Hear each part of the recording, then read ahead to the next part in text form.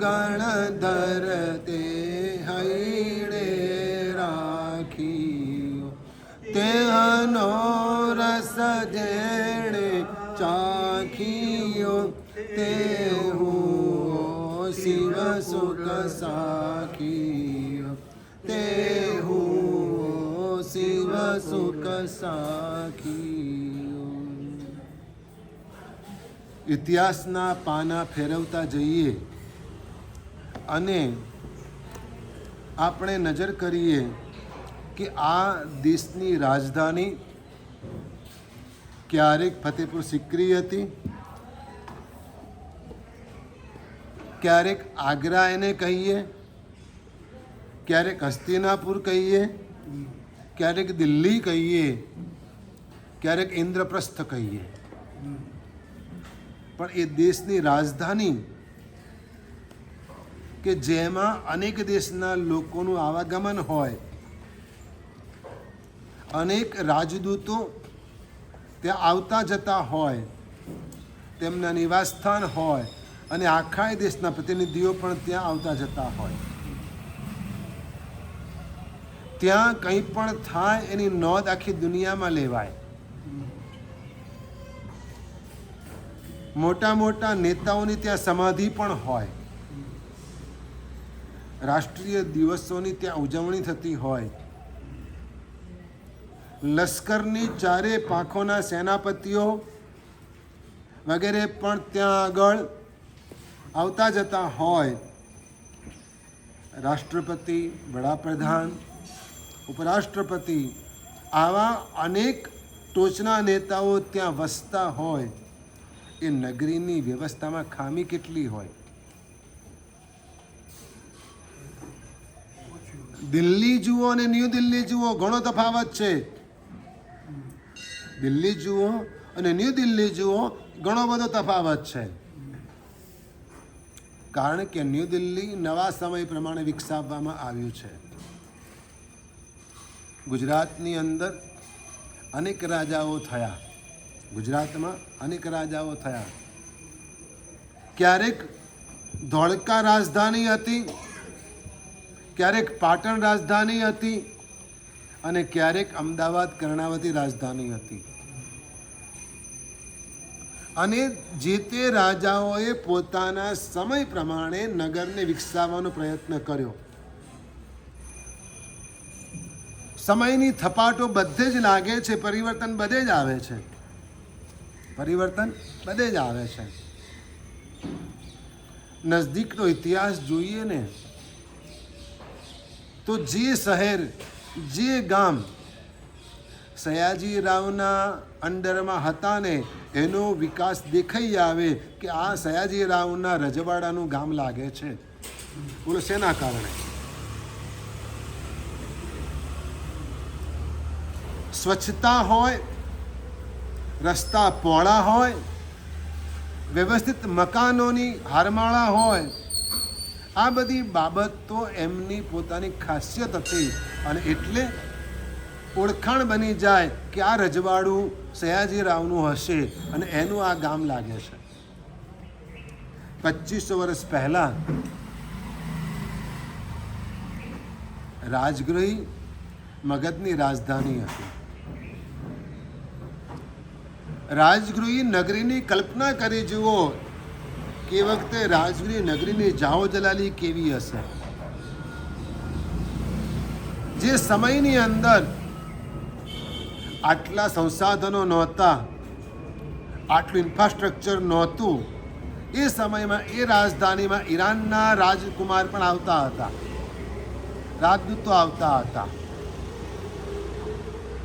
વ્યાપારિક સંબંધો ધરાવતા હતા. ધનના સાલીબદ્ધ જેવા શ્રેષ્ઠીઓ હતા, અભય કુમાર જેવા મંત્રીઓ હતા, 500 મંત્રીઓ હતા. એ દેશની મગધ દેશની રાજધાની રાજગૃહની જાહો જલાલી કેવી હશે. જ્યાં પુણ્યા શ્રાવક જેવા શ્રાવકો વસતા હતા,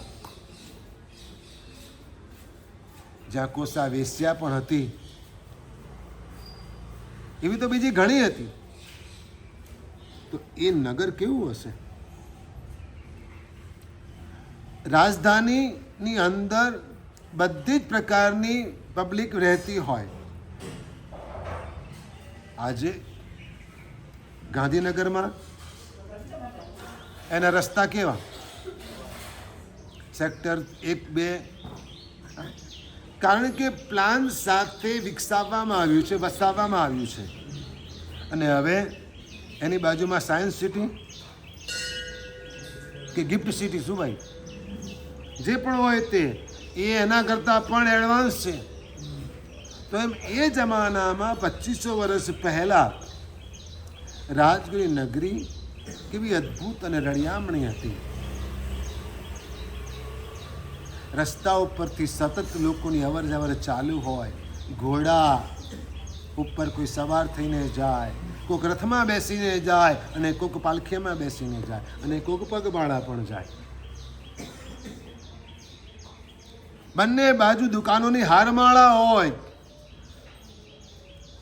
દરેક સમાજની રહેવાની પોતપોતાની વ્યવસ્થા હોય, પોતાના ફળિયા, પોતાના વાસ હોય, અને બધા હળી મળીને સાથે રહેતા હોય.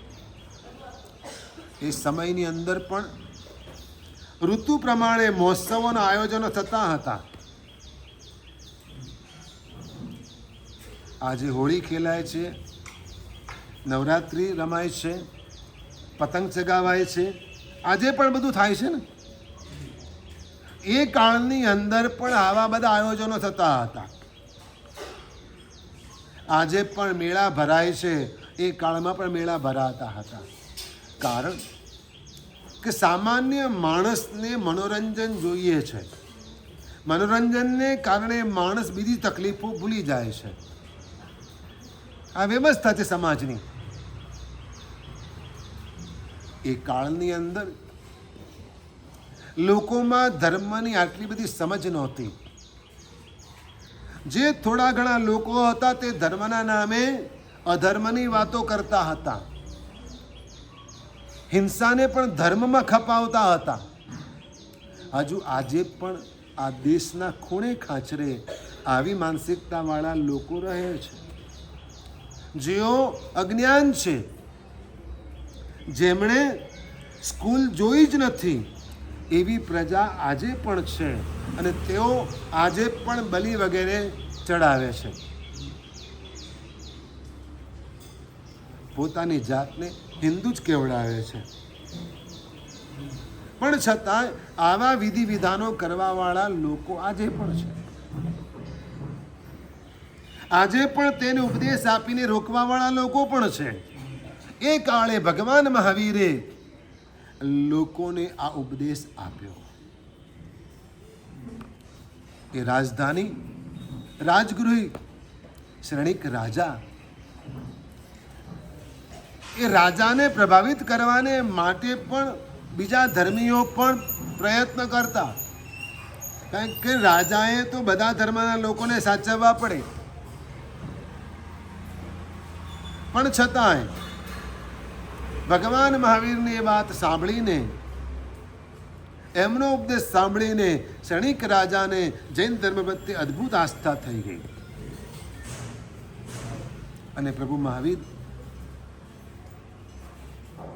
જગતના જીવ માત્રનું કલ્યાણ કરવાની ઈચ્છાવાળા હતા. એટલા માટે એવી વિચારધારા ધરાવતા હતા કે વધુમાં વધુ લોકો સુધી આ ઉપદેશ પહોંચે એવો પ્રયત્ન કરવો. લોકો વધારે ક્યાં આવે? ધોળકામાં આવે કે અમદાવાદમાં આવે? આજની તારીખમાં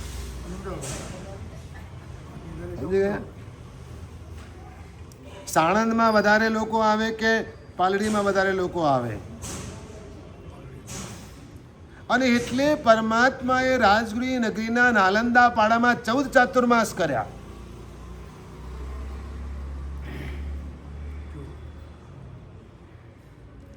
વધુ ને વધુ લોકો ત્યાં આગળ આવાગમન કરતા હતા. વધુ ને વધુ લોકો પ્રભુનો ઉપદેશ સાંભળવાને માટે આવતા હતા. અને અનેક લોકો જૈન ધર્મનો સ્વીકાર કરતા હતા, હિંસાનો ત્યાગ કરી અહિંસા ધર્મને અપનાવતા હતા.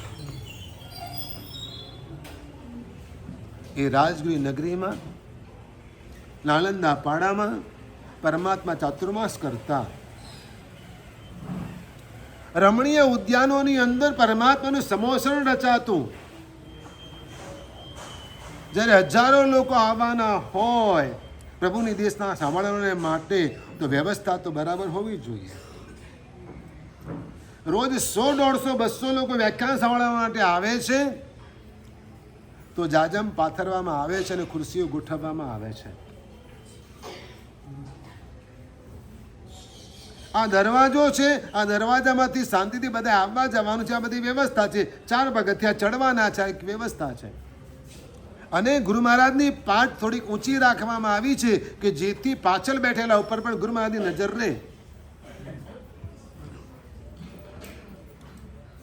અને એને પણ ગુરુ ભગવાનની વાણી સંભળાય, એને પણ ગુરુ ભગવાનની વાણી સંભળાય. જો એક રાજનેતા સેન્ટ્રલ લેવલનો, નેશનલ લેવલનો રાજનેતા આવવાનો હોય અને ભાષણ આપવાનો હોય, તો એના માટે સ્ટેજ, એના માટે મંડપ, આ ડોમ, એમાં એન્ટ્રીઓ 4 કે 5, 7 કેટલી હોય. વીવીઆઈપી ગેટ જુદો હોય, વીઆઈપી ગેટ જુદો હોય ને પબ્લિકનો ગેટ જુદો હોય. અને એમાં એ નેતા માટેની એન્ટ્રીનો તો પાછળનો ગેટ, એક્ઝિટ અલગ હોય. એ સીધો ત્યાંથી એન્ટ્રી કરીને સ્ટેજ ઉપર આવી જાય, એ પબ્લિકની વચ્ચે ના આવે. આ વ્યવસ્થા આજે પણ હોય છે. પાર્કિંગ 2 વ્હીલરનું જુદું, 4 વ્હીલરનું જુદું હોય, પબ્લિકનું જુદું હોય, નેતાઓનું જુદું હોય. જર્નાલિસ્ટોને બેસવાની સીટો અલગ હોય, એની જગ્યા અલગ હોય. આમંત્રિતોને માટેનો આખું પોડિયમ અલગ હોય. હરેક થિયેટરમાં પણ ડિવિઝન અલગ અલગ હોય. હા, દૂર, નજદીક, અલગ અલગ ડિવિઝન હોય ને. એમ આ બધી વ્યવસ્થા સામાન્ય વ્યવસ્થા તરીકે જણાય છે અને જાણો છો, તમે ગોઠવાય છે અને તમે એમાં સહભાગી થાવ છો અને બધું જુઓ છો, જાણો છો. ડ્રામા થતો હોય તો પણ આ વ્યવસ્થા હોય છે કે જે પ્લે કરવાવાળા હોય એ લોકો પાછળથી આવે. પબ્લિક કોક આ ગેટથી આવે, કોક આ ગેટથી આવે, કોક આ ગેટથી આવે, કોક આ ગેટથી આવે. ભગવાનની દેશનામાં આવવાને માટેની પણ, બેસવા માટેની પણ આવી અલગ અલગ વ્યવસ્થા હતી.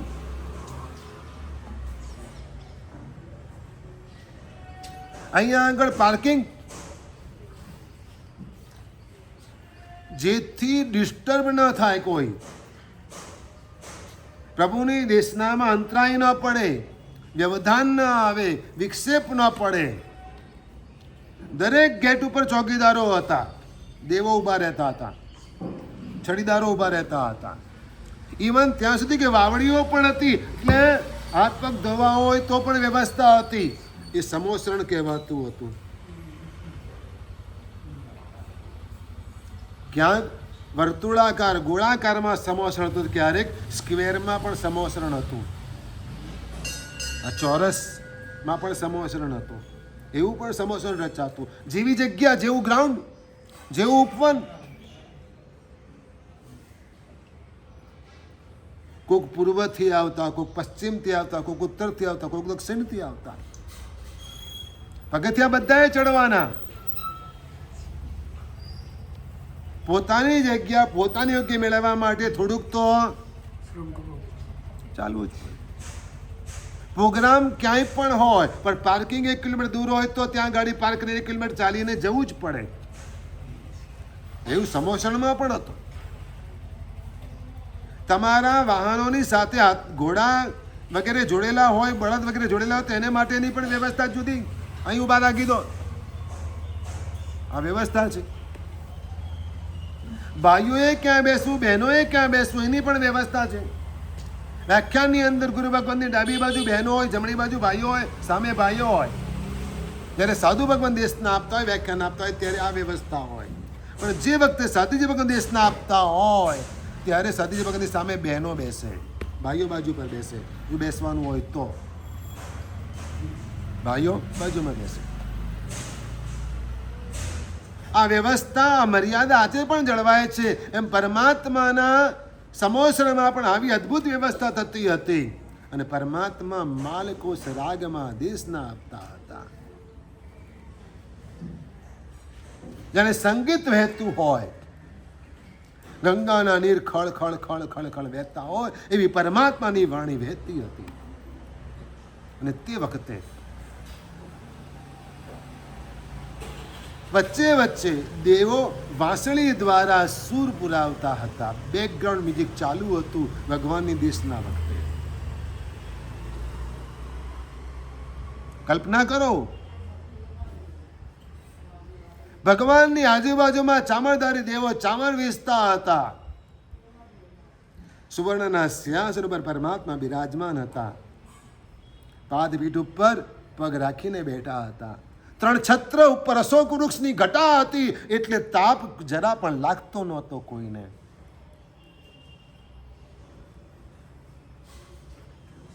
અને પરમાત્મા દેશના આપે અને બધા એક ચિત્તી શાંત થઈને સાંભળ્યા જ કરે, સાંભળ્યા જ કરે, સાંભળ્યા જ કરે.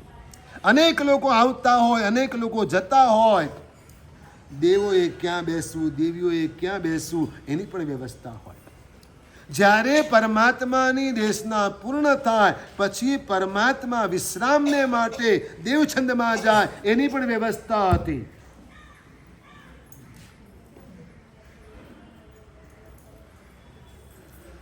સમોસણમાં સ્પેશિયલ રૂમની વ્યવસ્થા હતી પરમાત્માને માટે, જેને દેવછંદ કહેવામાં આવે. ત્યાં જઈ અને પરમાત્મા વિશ્રામ કરતા. અને તે વખતે ગણધર ભગવંતો પ્રભુની પાદપીઠ ઉપર બેસીને દેશના આપતા.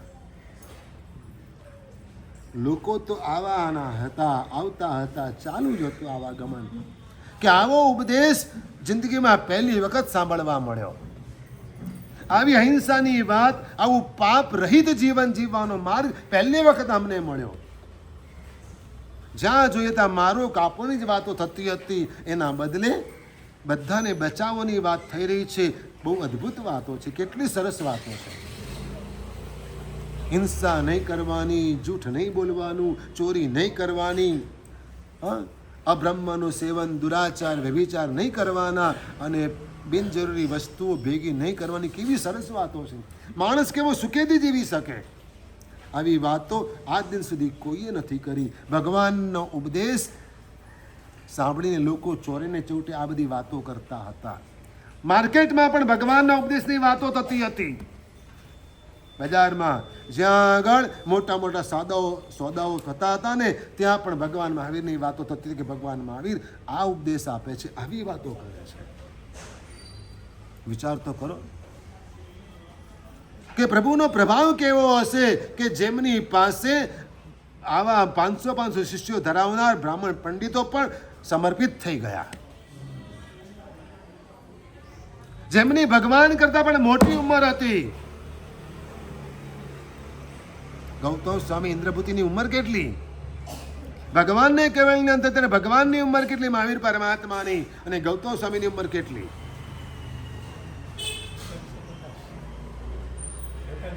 બરાબર ને? મહાવીર પરમાત્માની ઉંમર 42 વર્ષની હતી અને ગૌતમ સ્વામીની ઉંમર 50 વર્ષની હતી. એ વખતે ભગવાન મહાવીરને એક પણ શિષ્ય નહોતો.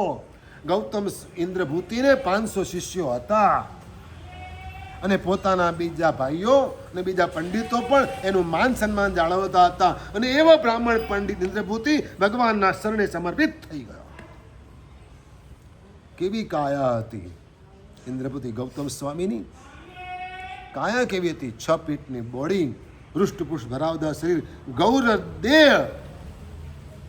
ચાલે તો જાણે લાગે કે કોઈક મહાપુરુષ ચાલી રહ્યા છે. એવા ગૌતમ સ્વામી ઊભા હોય એની પ્રભાથી, એની આભાથી જ સામો પ્રભાવિત થઈ જાય, એવી તો એમની તેજસ્વીતા હતી. એવા તેજસ્વી હતા, એવા એ જ્ઞાની હતા. અને આવા અનેક શિષ્યો પરમાત્માના હતા. અને બધા જ પ્રભુની વાણી સાંભળવાને માટે બેઠા હોય. ભગવાનની વાણી કેવી હશે? નગરના લોકો સંપન્ન હતા, સુખી હતા. રાજા પણ પ્રામાણિક હતો. પોતાની પ્રજા સુખી રહે ને એવા ભાવ સાથે એ નકરા કર ટેક્સ વગેરે રાખતો હતો. લૂંટવાના ધંધા નહોતો કરતો. અધિકારીઓ પણ પ્રામાણિક હતા અને એટલે પ્રજાના કાર્યો સરળતાથી પાર પડતા હતા અને એટલે પ્રજા પણ સુખી હતી, પ્રસન્ન હતી, આનંદિત હતી. આ બધું વર્ણન ભગવતી સૂત્રમાં કરવામાં આવેલું છે. 5મું આગમ ગ્રંથ, 5મું અંગ. ભગવતી સૂત્રમાં આ રીતે રાજગુરી નગરીનું વર્ણન, ભગવાન મહાવીરનું વર્ણન, પ્રભુના સમોસરણનું વર્ણન, શ્રેણીક રાજાનું વર્ણન, ગૌતમ સ્વામીજીનું વર્ણન કરવામાં આવેલું છે કે પ્રભુ મહાવીર કેવા હતા.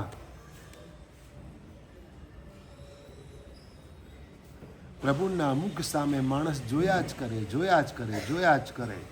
એની દ્રષ્ટિ ન હટે એવો દિવ્ય પ્રભાવ પરમાત્માનો હતો. રૂપ તારું એવું અદ્ભુત પલકવીને જોયા કરું. રૂપ તારું એવું અદ્ભુત પલકવીને જોયા કરું. એક આંખનો પલકારો મારવાનું પણ મન ન થાય એ રીતે જોયા.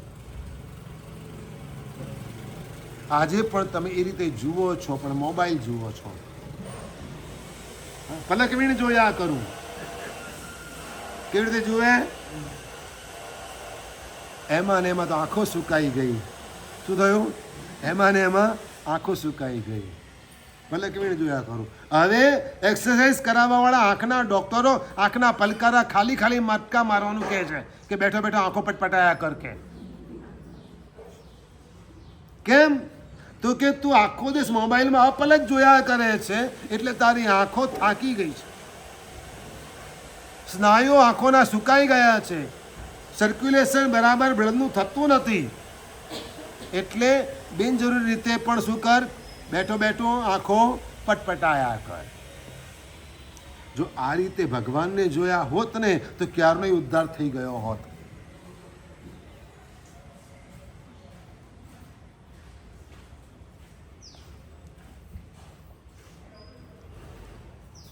પત્નીની પાછળ પાગલ થયો હતો. પેલી પિયર ગઈ ને તો એ પણ રાત્રે પહોંચી ગયો વરસાદમાં. પેલીએ સંભળાવી દીધું કે આટલો બધો મારા પર પ્રેમ છે ને આવી રીતે તમે આવ્યા. થોડોક પણ જો આટલો ભગવાન ઉપર હોત ને તો તમારો ઉદ્ધાર થઈ જતે. પેલી પિયર ગઈ હતી અને આ ભાઈ તે રહેવાયું નહીં, ગાંડા થયા. તો અડધી રાત્રે ઘર છોડીને નીકળ્યા ક્યાં? પિયર જવા. અને બધું બંધ હતું તો પાછળના રસ્તે પહોંચ્યા. તો હવે થાય શું? પેલી કઈ બુદ્ધિશાળી હતી, સમજદાર હતી, હા, અને ભણેલી ગણેલી હતી, જ્ઞાની હતી. એટલે રત્નાવલીએ કોને સંભળાયું? ખબર પડી કઈ? મેં કોને નામ દીધું? કવિ કાલિદાસ. હા, મતલબ કહેવાનો એ છે કે થોડોક પણ જો આટલો ભગવાન પર પ્રેમ રાખ્યો હોત તો તમારો ઉદ્ધાર થઈ જતે. અપલક જોયા હોત ને આ ભગવાનને તો આપણો પણ ઉદ્ધાર થઈ જતે. પલકવીને જોયા કરું. પ્રભુને એવો દિવ્ય પ્રભાવ હતો. અને આ બધી વાતોનું વર્ણન ભગવતી સૂત્રમાં કરવામાં આવ્યું છે. વાસ્તવિક નામ તો વ્યાખ્યા પ્રજ્ઞપ્તિ છે, વિહાય પન્નતિ છે. વિહાય પન્નતિ છે, વ્યાખ્યા પ્રજ્ઞપ્તિ છે. આ એનું ઓરિજિનલ નામ છે સંસ્કૃત અને પ્રાકૃતમાં. પણ બધા જ આગમ ગ્રંથોમાં 11 અંગમાં સૌથી વિશાળ આ આગમ ગ્રંથ છે. સૌથી વિશાળ આ આગમ ગ્રંથ છે. અને એટલે આ આગમ ગ્રંથની આગળ વિશેષણ મૂકવામાં આવ્યું ભગવતી. કયું વિશેષણ મૂકવામાં આવ્યું? ભગવતી. પણ બન્યું એવું કે નામ બાજુ પર રહી ગયું અને વિશેષણ એ જ નામ બની ગયું. દાખલા તરીકે કોઈ વ્યક્તિનું નામ કંઈ પણ હોય અને એ ડૉક્ટર બન્યો હોય તો બધા ડૉક્ટર ફલાણા એમ બોલે. પણ બને એવું કે માણસ એ ફિલ્ડમાં એટલો આગળ વધી ગયો, એટલો ફેમસ થઈ ગયો, બધાને ખાલી ડૉક્ટર કહીને જ બોલાવે. કેમ છો ડૉક્ટર, આટલું જ બોલે, નામ ન બોલે. ડૉક્ટર જ એમનું નામ બની જાય. એવી રીતે આ આગમનું નામ વિવાહ પન્નતિ, વિહાય પન્નતિ, વ્યાખ્યા પ્રજ્ઞપ્તિ આ બધું બાજુ પર રહી ગયું અને નામ ફેમસ થઈ ગયું શ્રી ભગવતી સૂત્ર. શ્રી ભગવતી સૂત્ર આવું નામ ફેમસ થઈ ગયું. ભાગ્યશાળી આ આગમ ગ્રંથની અંદર ભગવાન મહાવીરને પ્રશ્નો કરવામાં આવ્યા છે જુદી જુદી વ્યક્તિઓ દ્વારા. ઇન્દ્રભૂતિ ગૌતમ દ્વારા, અગ્નિભૂતિ દ્વારા, વાયુભૂતિ દ્વારા, આ ગણધરો દ્વારા પ્રશ્ન કરવામાં આવ્યા છે. અને સાથે સાથે પ્રભુના સમોષણમાં બધાને હક તો બોલવાનો, અધિકાર તો બોલવાનો. અને એટલે ક્યારેક કોઈક બાલમુનિ પણ પ્રભુને પ્રશ્ન કરતા, ક્યારેક અન્ય ધર્મના સંન્યાસી પણ પ્રભુને પ્રશ્ન કરતા, ક્યારેક શ્રાવિકાઓ પણ ભગવાનને પ્રશ્ન કરતી. જયંતી શ્રાવિકાનું નામ આ ભગવતી સૂત્રમાં લખાયું છે. તમારું લખવું છે?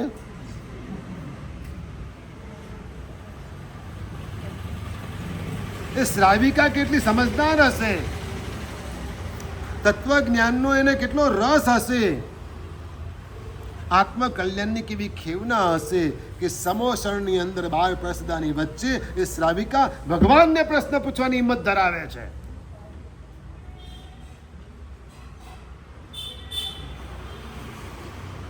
ભગવાન પાર્શનાથના સમયમાં દીક્ષિત થયેલા, મતલબ કે એમની પરંપરામાં દીક્ષિત થયેલા સાધુઓ પણ ભગવાનને પ્રશ્ન પૂછે છે. પ્રશ્ન કોઈ પણ હોય, પણ પરમાત્મા દરેક પ્રશ્નનો જવાબ વિસ્તારથી આપતા હતા. શું કરતા હતા? દરેક પ્રશ્નનો જવાબ વિસ્તારથી આપતા હતા.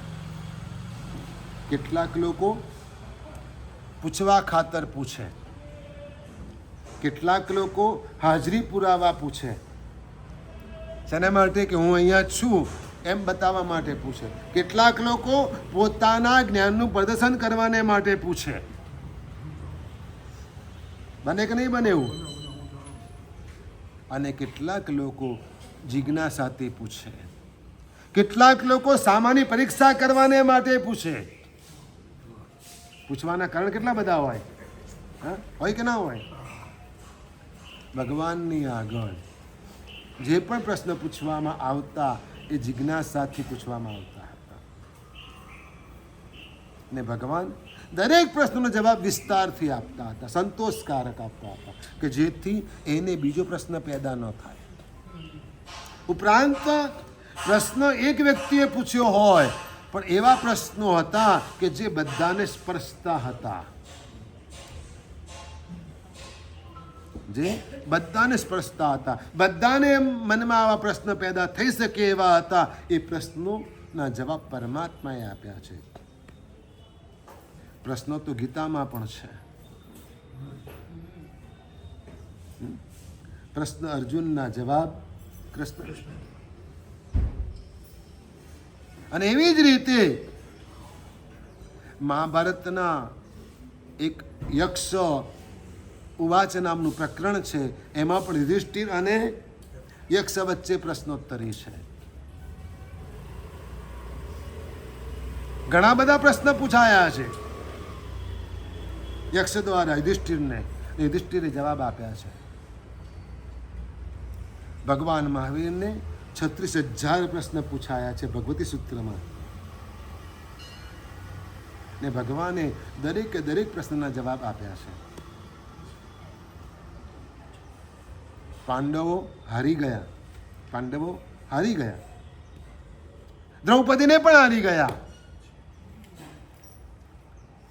રાજમહેલ, રાજપાટ તો બધું હારી ગયા, પોતાની પત્નીને પણ હારી ગયા.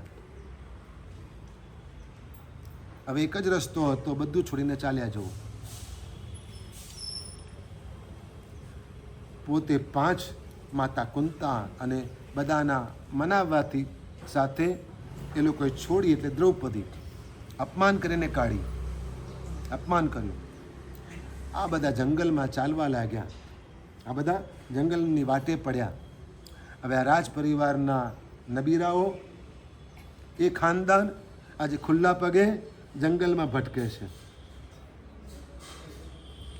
ચાલીને કેટલું ચાલી શકે? એ લોકોને ચાલવાની ટેવ હોય ખરી? તમારા જેટલી. હા, થાકી ગયા. દ્રૌપદી તો બેસી જ ગઈ, મારાથી નહીં ચલાય, બહુ તરસ લાગી જાય, પાણી લાવો. જંગલમાં શું, બધું હારી ગયા હતા, સાથે શું લઈને આવ્યા હતા? કાંઈ નહીં. હવે દ્રૌપદી બેઠા એટલે માતા કુંતા પણ અટક્યા, અને એ બે અટક્યા એટલે બધા અટક્યા. ભીમ વિચાર કરે કે કંઈક તો રસ્તો કરવો પડશે, એટલે ભીમભાઈ ચડ્યા ઝાડ ઉપર. ઝાડ ઉપર પાણી રાખ્યું હતું,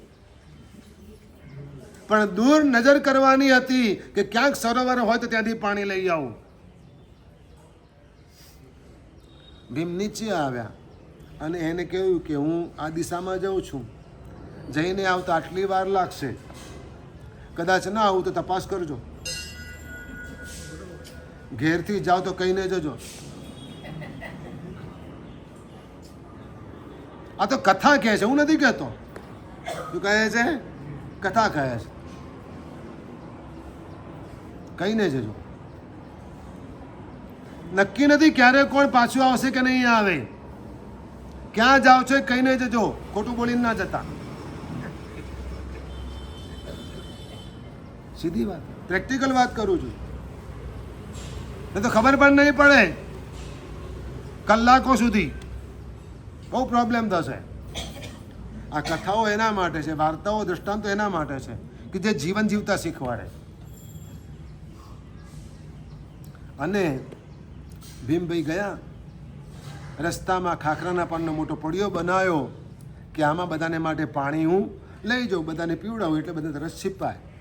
ભીમભાઈ પહોંચે સરોવરના કિનારે, પાણીનો પડિયો ભરવા જાય ત્યાં તો અવાજ આવે, થોપ, સ્ટોપ. ભીમ કે કોણ છે તું? સરોવરનો અધિષ્ઠાયક 100 છું. ભીમ કે મને તું ગમે તે હોય પહેલાં મને પાણી લેવા દે. પેલો યક્ષ કે નહીં, આ સરોવર મારું છે, હું એનો અધિષ્ઠાયક છું, પહેલાં મારા પ્રશ્નોનો જવાબ આપ, પછી તને પાણી લેવા દો. ભીમ કે એવો ટાઈમ નથી મારી પાસે. ભીમ છે ને, એટલે ભીમ પાણી લેવા ઝૂક્યો પાછો. યક્ષ કે પરિણામ સારું નહીં આવે. ભીમ કે હું પરિણામની ચિંતા કરતો નથી કે. પણ ભીમભાઈ પડ્યા છતાં પાટ પાણી લઈ ના શક્યા. ટાઈમ થયો, આવ્યા નહીં. એક પછી એક ભાઈઓ તપાસ કરવા ગયા, પણ એકય પાછો ન આવ્યો. હવે રહ્યા 3, યુધિષ્ઠિર, માતા કુંતા અને દ્રૌપદી. આ ચારેય ના આવ્યા. કરે છે શું લોકો? એ લોકોને ત્યાં આગળ પાણી બાણી મળી ગયું એટલે ત્યાં લાંબા થઈને હોઈ ગયા, થાક્યા પાક્યા. અમારી ચિંતા નથી કરતા. આવું તો ક્યારેય બને નહીં, કારણ કે એ બધા વચ્ચે એટલો પ્રેમ ને લાગણી છે, એટલે આવું કંઈ બનવાની શક્યતા નથી. પણ કેમ ના આવ્યા? તપાસ કર. માતા કુંતા યુધિષ્ઠિરને કહે છે. યુધિષ્ઠિર કહે કે અજાણ્યા પ્રદેશમાં તમને લોકોને મૂકીને ના જવાય, તમે પણ ચાલો મારી સાથે. આ બીજો પાઠ. હા, લેડીઝને એકલા મૂકીને ક્યાંય જવું નહીં. બહાર અજાણ્યા પ્રદેશમાં ક્યાંક ફરવા ગયા હો તો ધ્યાન રાખજો. ગયા 3 જણા, બધાના જતા પગલા છે, કોઈના પાછા આવતા પગલા નથી. બધાના પગલાં જતા દેખાવ, કોઈને પાછા આવતા પગલાં નથી. સરોવરના કિનારે પગલે પગલું દબાવતા દબાવતા પહોંચ્યા તો ચારે ને છત્તા 5 પડેલા જોયા, અને ત્યાં આગળ માતા કુંતા અને દ્રૌપદી રપોકે પોકે રડવા લાગ્યા.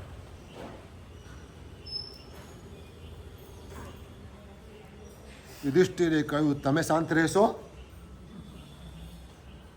આપત્તિ આવે તો રડવાથી ક્યારે પણ કોઈ સોલ્યુશન મળતા નથી. ત્યારે રસ્તો કાઢવો જોઈએ. રડવાથી કોઈ રસ્તો ના નીકળે. હું તમને સાચું કે મારા ભાઈઓને સાચું? બંને ચૂપ થઈ ગયા. માતા કુંતા અને દ્રૌપદી ચૂપ થઈ ગયા. પડ્યો ઉપાડ્યો. આ તરસ્યા જ પડ્યા લાગે છે. લાવ પાણી છાંટું, પાણી મોઢામાં મૂકું અને જાગે. યુધિષ્ઠિર ઝૂક્યા પાણી લેવાને માટે. ફરી અવાજ આવ્યો, થોભ. યુધિષ્ઠિર પૂછે છે, આપ કોણ છો? ભીમ પૂછે છે, તું કોણ છે? અને યુધિષ્ઠિર પૂછે છે, આપ કોણ છો? પણ ઠંડો પડી ગયો. તમારી ભાષા એવી હોવી જોઈએ કે સામાનો ગુસ્સો પણ ઠંડો પડી જાય. એ ગુસ્સો કરે તમે પણ સામે કરો, ફરક શું પડ્યો બેની વચ્ચે? બે સરખા. વધે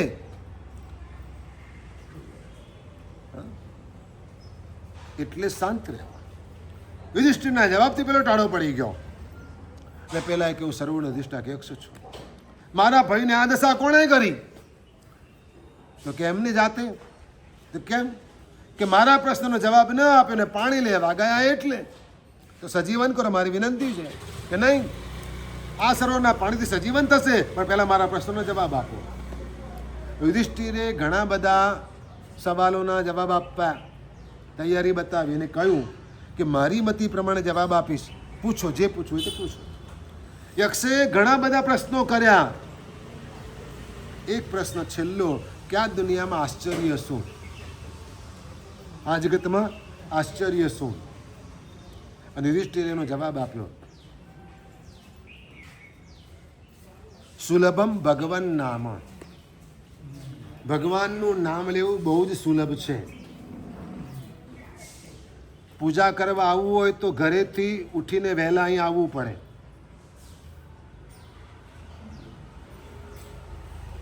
પણ ભગવાનનું નામ લેવું હોય તો ઘરે બેઠા બેઠા પણ પથારીમાં લેવાય. સુલભમ ભગવાન નામ. ભગવાનના દર્શન કરવા હોય તો જિનાલય ખુલ્લું હોવું જોઈએ બપોરે પણ. મન બપોરે થયું તો પણ બપોરે ભગવાનનું નામ લેવું હોય તો પણ અવેલેબલ કરા કે નહીં ભગવાન? દેરાસર આવવું હોય તો બટવો લાવવો પડે. ચોખા જોઈએ, બદામ જોઈએ. રૂપિયાના સિક્કા ના ચાલે તે અહીં ચલાવવા જોઈએ. કોઈ ના લે, આ એક જ લે છે. સાચું કહું? બજારમાં કોઈ લે? કોઈ ભિખારી લે? પણ આ એક જ લે. લે પણ બટવામાં રાખવા પડે. બટવો કોઈ દિવસ ખાલી કરવાનો જ નહીં. ચોખા નાખે જ રાખવાના, થોડા ઓછા તે નાખવાના, પણ ખાલી કરીને સાફ નહીં કરવાનો. સાચું બોલો?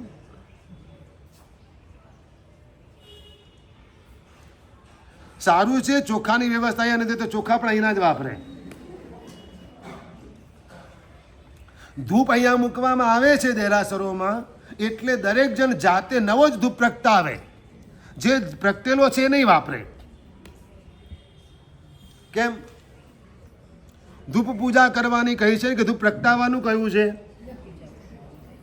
શું કહ્યું છે? તો ધૂપદાનીમાં ધૂપ હોય તો એ લઈને ધૂપ કરો તો ધૂપ પૂજા થઈ કહેવાય કે ના કહેવાય?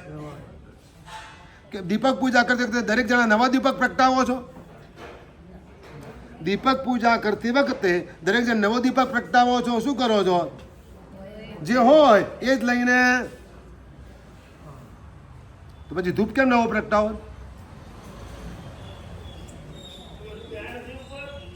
ખ્યાલ આવ્યો? આ રીતે વિવેક રાખવાનો છે. શું કરવાનું છે? સુલભમ ભગવાન નામ. ભગવાનનું નામ લેવું બહુ સુલભ છે.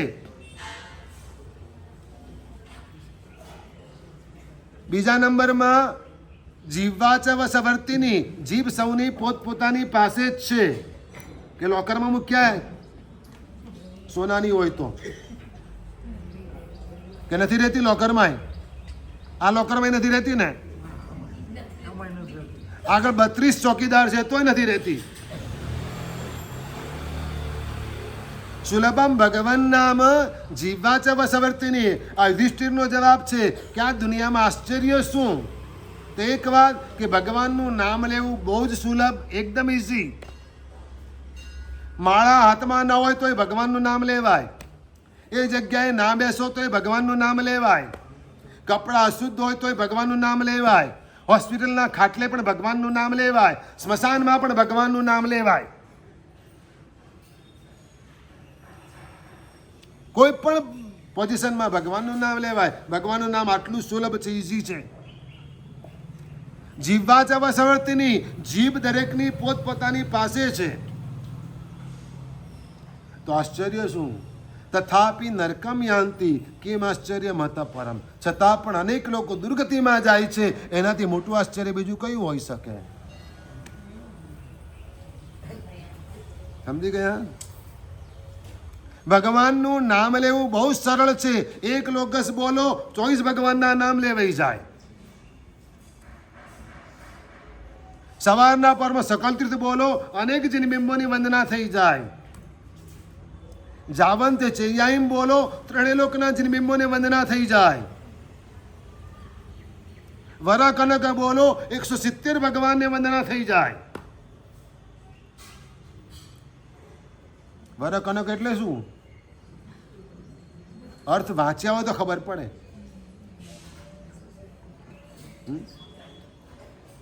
બે જગ્યાએ આવે છે. બે પ્રતિક્રમણ સૂત્રમાં પણ આવે અને પછી સ્મરણમાં પણ આવે. ત્રીજા પૌતમાં આવે ને, ઓમ વર કણ શંખ વિદ્યુમાં. એટલે શું? પણ એમાં 5 વર્ણના ભગવાનની વાત કરી છે. કનક એટલે ગોલ્ડન, શંખ એટલે સફેદ, કનક શંખ વિદ્રુમાં. આમ અલગ અલગ વર્ણના ભગવાન. કેટલા? 70 સંયમજીણાણમ,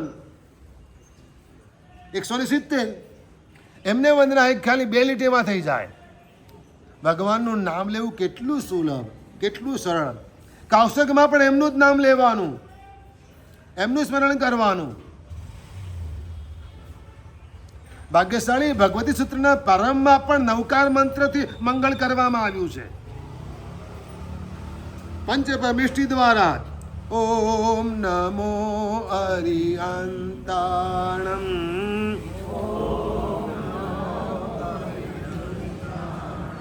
ઓમ નમો આયરિયાણમ,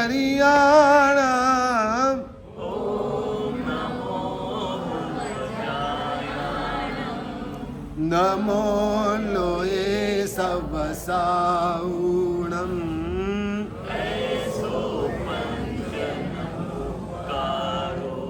સૌવ પાવ પણાસણો,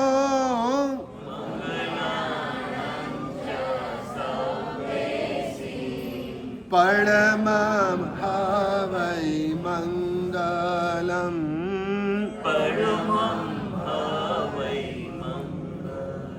નવકાર મંત્રના 5 પદો દ્વારા ભગવતી સૂત્રની પ્રારંભની અંદર મંગળ કરવામાં આવ્યું છે. પંચ પરમેષ્ઠી ભગવંતોને નમસ્કાર કરવામાં આવ્યો છે. એસો પંચ નમુકારો. અર્થ અહીંયા ઘટાડવાનો છે. એ 5ને કરેલો નમસ્કાર, કે એ 5માંથી કોઈ પણ એકને કરેલો નમસ્કાર બધા જ પાપોને ધોવા વાળો છે. એ 5ને નમસ્કાર કરો તો પણ મંજૂર, અને 5માંથી એકને કરો ને તો પણ મંજૂર. વિસ્થાનક પદની આરાધના કરવામાં આવે તો 20 સ્થાનકની આરાધના કરી અને તીર્થંકર નામકરણ નિકાચિત કરે કે 20માંથી કોઈ એકની આરાધના કરીને. એટલે 5ને કરો કે 5માંથી એકને કરો તો પણ એ નમસ્કાર કરતા આવડવું જોઈએ. હાથ જોડો, હાથ જોડો, ગુસ્સો કરી બતાવો, હાથ જોડીને ગુસ્સો કરી બતાવો. ચલો ચેલેન્જ.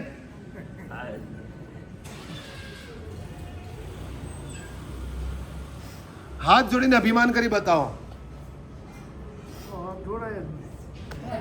હાથ જોડાય જ નહીં. અરે માત્ર હાથ જોડવાની ક્રિયા એવી પ્રભાવિક છે કે જેનાથી બબ્બે કસાયો દૂર થઈ જાય, દૂર જ આવે જ નહીં. નમો અરિહંતાણ. આવો, બેસો, ખાઓ, પીઓ, ઉઠો, જાઓ, જમો. આ બધામાં ઓર્ડર ફોર્મ છે, આજ્ઞા છે, અને આજ્ઞાર્થમાં અંતે ઓ આવે.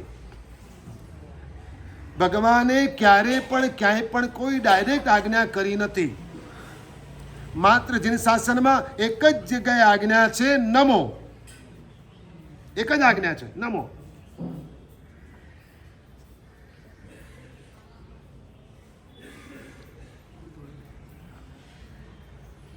નમતા નમતા આગળ વધાય. રસ્તામાં ઝાડી ઝાંખરા આવે ને તો બધા કે દૂર કરી નાઈ શકાય, પણ નમીને નીકળી જવાય, આગળ પાછળ થઈ જાય, આગળ વધી શકાય. એમ અધ્યાત્મના ક્ષેત્રમાં આગળ વધવું હોય તો નમતા નમતા આગળ વધો.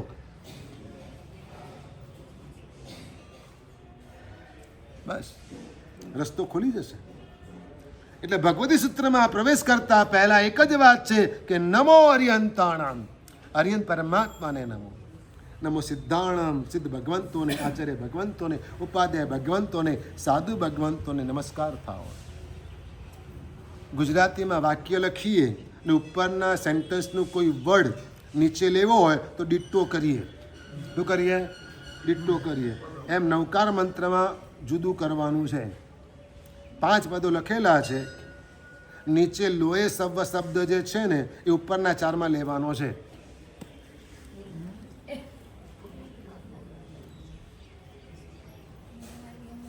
નમો લોએ સવ્વ સવર્ણમ લખેલું છે ને, તો નમો લોએ અરિહંતાણમ પણ લેવાનું છે.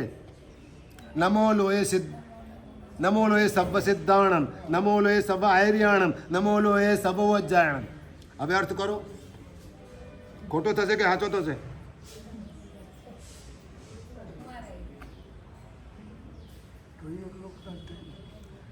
થશે કે નહીં થાય?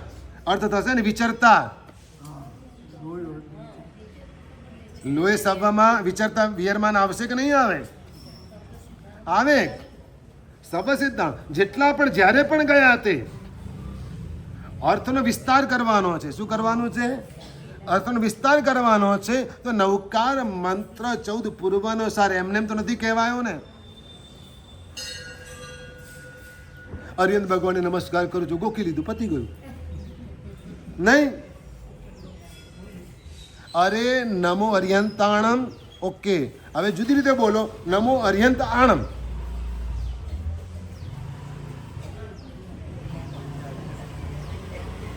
એટલે અરિહંત ભગવાનની આજ્ઞાને નમસ્કાર કરું છું. કોઈને હાથ જોડેનો મતલબ શું થયો? એ કે માનવું પડે કે ના માનવું પડે? તો પછી ભગવાનને હાથ જોડો એનો મતલબ શું થયો? નમસ્કાર કરવાનો મતલબ કે એમની આજ્ઞા જે હોય માનવાની, એને સ્વીકાર કરું છું, એક્સેપ્ટ. નવકાર મંત્ર એમને એમ નથી બોલાતો. એમને એમ 9 પદ એના નવનિધિ આપે નહીં, કંઈ ના આપે. હા, આવું લુખું લુખું બોલો તો.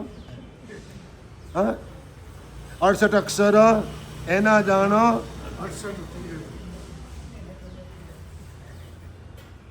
કશું ના થાય. એના માટે એક એક અક્ષરની રીતે જાણવા પડે. સાવણમમાં રસવું આવે કે દીર્ઘવું આવે એ ખબર નથી, બધાને નથી ખબર હોતી. સિદ્ધાણમમાં રસવઈ આવે કે દીર્ઘઈ આવે બધાને ખબર હોય નથી હોતી. લખવા બેસાડો તો ખબર પડી જાય કેટલા 100% પાસ થાય. ભૂલ પડે પડે પડે ને પડે. શું થાય? અવશ્ય ભૂલ પડે. બહુ ઓછા લોકો લખી શકે ચોખ્ખું. એટલે ભગવતી સૂત્રનો પ્રારંભ જ નવકાર મંત્રના પંચમંગલ દ્વારા નમસ્કાર દ્વારા કરવામાં આવ્યો છે.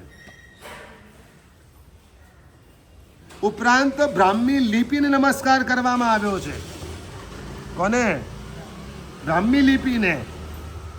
લિપિ એટલે રાઇટિંગ, કેલિગ્રાફી,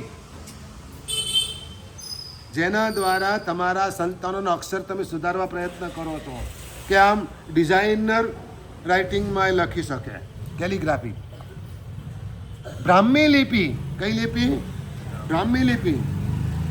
પરમાત્મા ઋષભદેવ પ્રભુએ રાજા ઋષભે બ્રાહ્મીને શીખવાડ્યું હતું અક્ષરનું જ્ઞાન. એને નમસ્કાર કરવામાં આવ્યા. કેમ? કે આ જ્ઞાન એ લિપિને કારણે આપણને મળે છે. પ્રભુની વાણી આ લિપિ આ અક્ષરને કારણે આપણને મળે છે. એટલે બ્રાહ્મી લિપિને નમસ્કાર કરવામાં આવ્યો છે. અને અંતે સુત દેવતાને પણ વંદન કરવામાં આવ્યા છે. સુદેવયા ભગવઈ નાણાવર્ણીય કમ સંગાયમ તે સિમ કયો સયામ જે સિમ સોસાય રે પતિ. સુત દેવતાને નમસ્કાર. વિચાર તો કરો. આ રીતે મંગળ ભગવતી સૂત્રનું કરવામાં આવ્યું છે. ભગવતી સૂત્ર અગાધ સાગર છે જ્ઞાનનો. શું છે? અગાધ સાગર છે. થોડાક દિવસ આપણે એની વાતો કરીશું. રત્નચૂડ રસ્તામાં ફરતો હતો ને, ગઠિયાઓ તો ઘણા મળી ગયા. હા, ગઠિયાઓ તો ઘણા મળી ગયા. દરેક બાબતને એને સમજણપૂર્વક સ્વીકારી લીધી કે પોતાની બુદ્ધિના ભરોસે કે પડશે એવા દેવાશે, આગળ જોયું જશે. રસ્તામાં 4 જણા ઊભા વાતો કરતા હતા. 4 જણા ઊભા વાતો કરતા હતા. અને એમની વાતોમાં રત્નચૂડને પણ મજા આવી, એટલે એ પણ સાંભળવા ઊભો રહ્યો. 4 જણા બહેસ કરતા હતા, ચર્ચા કરતા હતા કે અલે કે દરિયાનું પાણી મપાય કે ના મપાય.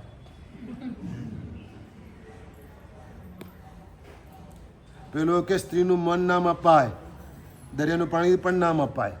એટલે કે આ બધી વાતો તું ક્યાં કરે છે? રેતી નદીની કેટલી ગણાય કે તોલાય કે ના તોલાય? આવી ફાલતુ વાતો બધા કરતા હતા. 4 જણા એકબીજાની કાપાકાપી કરતા હતા. અને રત્નચૂડ ઉભેલો હતો એટલે એક જણે ટાપસી પૂરી કે આપણે ખોટી ચર્ચા કરીએ છીએ, આ માણસ તટસ્થ છે, નવો છે, એને પૂછો ને. ભાઈ અહીંયા તું ક્યારનો મારી વાત સાંભળે છે, તું જવાબ આપ કે આ નદીઓની રેતી કેટલી અને આ દરિયાનું પાણી કેટલું, તું કે. પેલો કે આટલે બધે બારે સવાલ ના પૂછો, એને એક વાત છોડો, એક જ વાત પૂછો. શું? એક વાત છોડો, એક જ વાત પૂછો. તો કે રેતીની વાત છોડી દો, કારણ કે નદીઓ આપણાથી ઘણી દૂર છે, પણ દરિયો તો આપણી નજદીકમાં છે. દરિયાનું પાણી કેટલું એ માપીને આને બતાવવાનું. તું બતાય. પેલો ફસાઈ ગયો કે હું ક્યાં ઊભો રહ્યો, પણ હવે વાતમાં આવી ગયેલો હતો. તો કે જવાબ તારે આપવો પડશે હવે. એટલે કે સારું, કાલે આવજો, તમને જવાબ આપીશ. આમ બધા જ પેલો આંખવાળો આવ્યો હતો, બધા કરિયાણું લઈ ગયા હતા.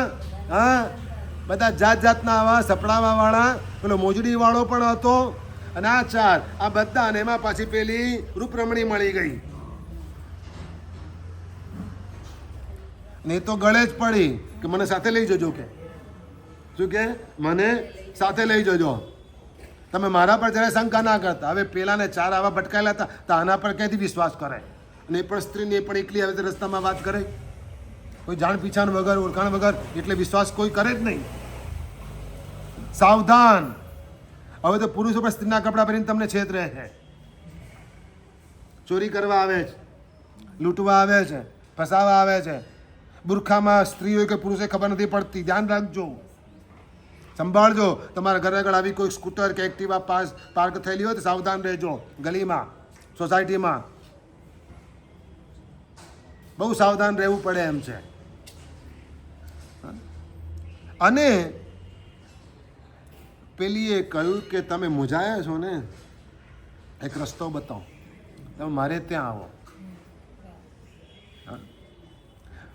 મારે ત્યાં મારી માતા પાસે આ બધા રાત્રે ભેગા થશે. હા, અને આ બધા ત્યાં આગળ પોતાની કમાણી મારી માને આપી દેશે, કારણ કે મારી માના આ લોકો બધા દીવાના છે, એના નૃત્યના એના ડાન્સના આ દીવાના છે, બધો પૈસો ત્યાં જ બરબાદ કરવાના છે. પેલો વિચાર કરે કે હવે મારે છૂટવું તો છે, રસ્તો તો કાઢવો છે, અને જો કંઈ આ રીતે રસ્તો નીકળતો હોય તો જવામાં વાંધો ને થોડી સાવધાની રાખવી પડશે. એટલે પેલીની સાથે જવા તૈયાર થઈ ગયો. રત્નચૂડ પેલી વેશ્યાની છોકરી સાથે જવા તૈયાર થઈ ગયો. છોકરી દુનિયા જોઈ ચૂકેલી હતી, એને આ બધું ગમતું નહોતું, ઉપકા આવી ગયા હતા, અને આ બધાથી છૂટવું હતું, એટલે આવા કોકનો સહારો શોધતી હતી.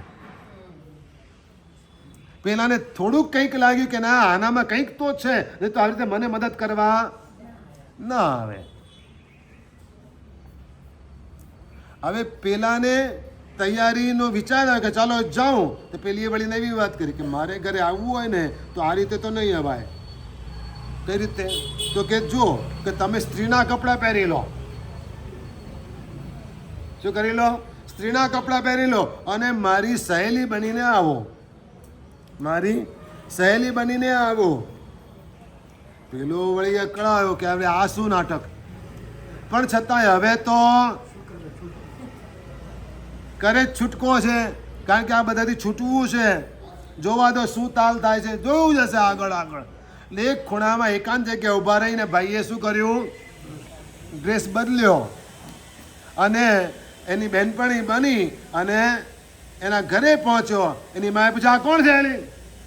કે આ મારી સહેલી છે, ઘણા વખતે મને મળી ગઈ ને, 2 કલાક માટે ઘરે લઈ આવી છું, પછી અમે વાતો ચીતો કરીશું, તમે તમારું કામ કરજો, અમે અમારા બાજુના ઓરડામાં બેસીશું, માં જરાય ચિંતા ના કરો. એમ કરી અને ઘરમાં પેલાને લઈ લીધો. આગળ શું થાય છે તો આવતીકાલે.